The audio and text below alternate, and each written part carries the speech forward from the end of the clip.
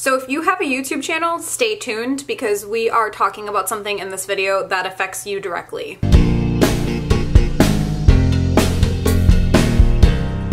What's up, pups? How you guys doing? I'm confused. Thanks for asking. So today we're going to be talking about this bizarre YouTube creator blog post that was made.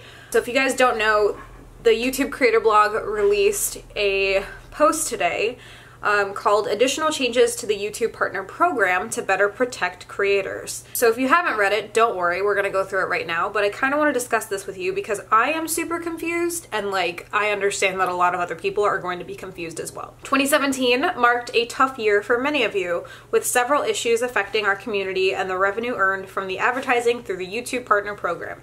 Despite those issues, more creators than ever are earning a living on YouTube, with the number of channels making over 6 figures up over 40% year over year. 2018, a major focus for everyone at YouTube is protecting our creator ecosystem and ensuring your revenue is more stable. I'm definitely not in the channels making over 6 figures category. I'm not even in a category of making over 5 figures, let alone 4. So, as Susan mentioned in December, we're making changes to address the issues that affected our community in 2017 so we can prevent bad actors from harming the inspiring and original creators around the world that make a living on YouTube.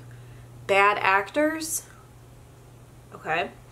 A big part of that effort will be strengthening our requirements for monetization so spammers, impersonators, and other bad actors, again, can't hurt our ecosystem or take advantage of you while continuing to reward those who make our platform great. Okay, so far it sounds fine. I'm confused at the bad actors verbiage. I don't really... Is there something that I missed? Was there an article talking about bad actors? What? I don't really get that part, but the spammers and impersonators I get. Back in April of 2017, we set a YPP eligibility requirement of 10,000 lifetime views. I am aware of that because I did try to create another channel that I wanted to do something with and realized that I would not be able to monetize on that channel, even having 2 other channels that have monetization. So yeah, I'm aware of that. While that threshold provided more information to determine whether a channel followed our community guidelines and policies, it's been clear over the last few months that we need a higher standard. Starting today, we're changing the eligibility requirement for monetization to 4,000 hours of watch time within the past 12 months and 1,000 subscribers. So it's not or, it's and. 4,000 hours of watch time within the past 12 months and 1,000 subscribers. I have mixed feelings on that. I get what they're trying to do because if someone were to take a video off of a larger channel and repost, as long as they generated, say, 10,000 views, if it was a viral video that they just copied and pasted to their channel, they would be able to gain money from that video. So it's essentially stealing money from another creator. I get that aspect. I get what they're trying to do in theory. So a part of me understands because a lot of spam channels don't really have subscribers. They just post these videos and they generate revenue. So I do in theory understand why they are doing it. We've arrived at these new thresholds after thorough analysis and conversations with creators like you. They will allow us to significantly improve our ability to identify creators who contribute positively to the community and help drive more ad revenue to them and away from bad actors. What is this? What is that? These higher standards will also help us prevent potentially inappropriate videos from monetizing, which can hurt revenue for everyone. Except how does that work when your top creators are posting videos of dead people and sexually inappropriate thumbnails and their videos were still how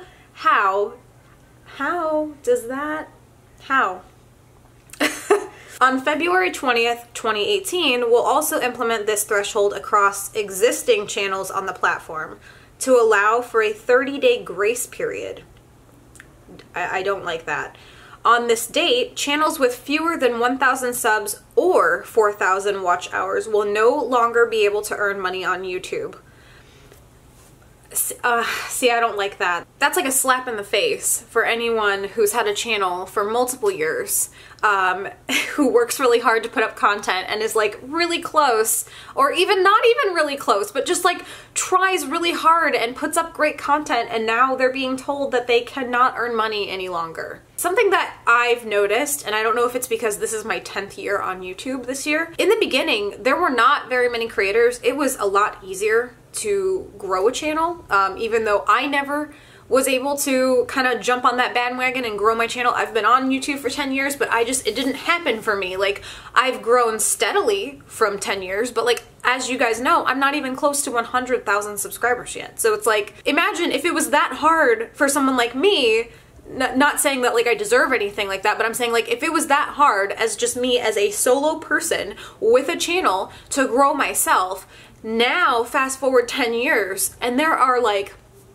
God, I don't even know, like 20, 50 times the amount of channels that exist, if not more. And so imagine being a smaller creator and working so hard and trying to hit 1,000 subscribers and making some revenue, and now being told that you can't make revenue anymore. That bothers me a lot.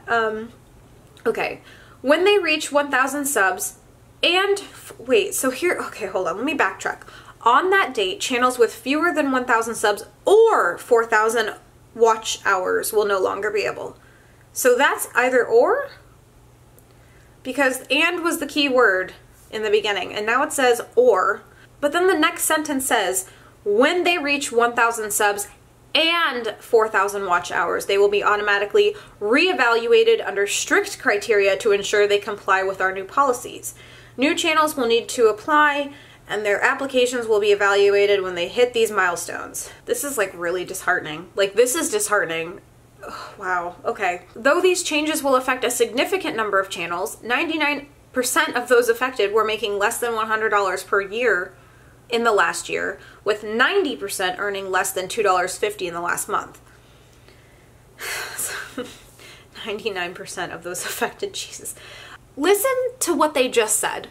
99% of those affected were making less than $100 per year. But this whole change, this whole thing is being implemented because they're trying to make sure that money is not going to people who don't deserve it. Okay, so that's where you lose me, because if this is going to affect 99% of channels with less than 1,000 subscribers who aren't even making $100 in a year, they're making, like, how is that helping anyone? Like, how is that fighting the problem?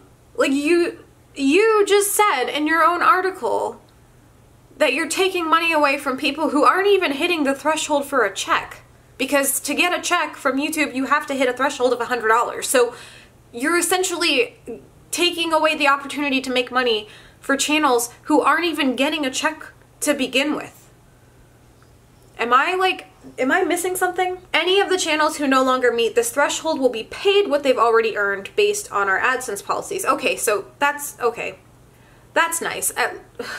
I'm still not happy with what you're doing, but like, at least they're getting the money that they've earned thus far. After thoughtful consideration, we believe these are necessary compromises to protect our community. I still don't understand how that's a compromise, because like I just mentioned, 99% of the channels affected haven't even hit the threshold. So like, why is this even a thing? Of course, size alone is not enough to determine whether a channel is suitable for monetization, so we'll continue to use signals like community strikes, spam, and other abuse flags to ensure we're protecting our creator community from bad actors. What is that terminology? What is that? As we continue to protect our platform from abuse, we want to remind you all to follow YouTube's community guidelines, blah, blah, blah, blah, blah, as violating any of these may lead to removal from the YouTube Partner Program. While this change will tackle the potential abuse of a large group of small creators, we also know that the bad action of a single large channel can also have an impact on the community and how advertisers view YouTube. Looking at you, Logan Paul, I hope, because, hi. We'll be working to schedule conversations with our creators in the months ahead so we can hear your thoughts and ideas and what more we can do to tackle that challenge. So as a small creator, let me just get my 2 cents in, because I've been on YouTube for 10 years. I am very active in the YouTube community, whether online or in person at conventions. I facilitate Community Unite at Playlist Live in both locations. I love YouTube. It is such a huge part of my life. I have met amazing people through YouTube. I have had amazing experiences and opportunities, and I don't like that YouTube doesn't really do anything to support me, the creator with 60,000 subscribers, who actively uploads and is positive and also talks about real life experiences and engages people and helps the community in person and online. And then I see people like the Paul brothers who do whatever they want and violate terms and who do the most obscene and like bizarre things that my brain would never say are okay to put online or even do as a person. And all you guys are saying is that you're gonna have conversations with these people? Do you see how that's not fair? Like, do you see how that discourages me? This is such a huge part of my life, and I am doing this full time now because I'm trying to make this work. I'll be frank, in December, my check was a little bit over $100. I was barely over the threshold to make a check. So if a channel like mine is dealing with that, imagine now how discouraging it is for channels with less subscribers than mine, who are making less than I am. Like, it's just, it honestly hurts my feelings. Like, I almost feel like crying, because YouTube is supporting these people who are so big that are generating ad revenue for the website, and they don't support the creators in the middle or the smaller creators who, realistically, if you lumped us all together, we're generating a ton of revenue also. And it's just, I don't know, it's just not fair. It makes me really sad. This is discouraging. Like, this is honestly discouraging to read. Obviously, my channel is not going to be demonetized in this like 1,000 subscriber, 4,000 watch time threshold, because I'm obviously above that. But like, I feel for people who are not at that threshold, because I was there at one point, and I know how hard it is to just feel like you're not gonna ever attain a goal, and it's just, it hurts my feelings. One of YouTube's core values is to provide anyone the opportunity to earn money from a thriving channel, and while our policies will evolve over time, our commitment to that value remains. Even though 2017 was a challenging year, thanks to creators like you, it was full of the moments that make YouTube such a special place. Creators large and small, established and emerging, transformed their talent and originality into videos that captivated over 1 billion people around the world. They made us laugh, taught us about the world, and warmed our hearts. We're confident the steps we're taking today will help protect and grow our inspiring community well into the future. Jeez. I don't know, you guys. Like, on one end, I can see why they're doing it from a business standpoint, from a standpoint of trying to maintain their advertisers. Like, I get it. On the other end, being a creator, a creator that's technically still considered a small creator, it's really discouraging. I don't know. I just feel like YouTube should be putting a lot more stock and worth into their smaller creators. And while I, again, understand from a business standpoint why they're doing it, I don't think they really thought through how many people this is going to hurt. Or maybe they did, because they mentioned the 99%. So I don't know. This is just a real, I feel like it's a kick in the face. I truly am saddened by what I just read.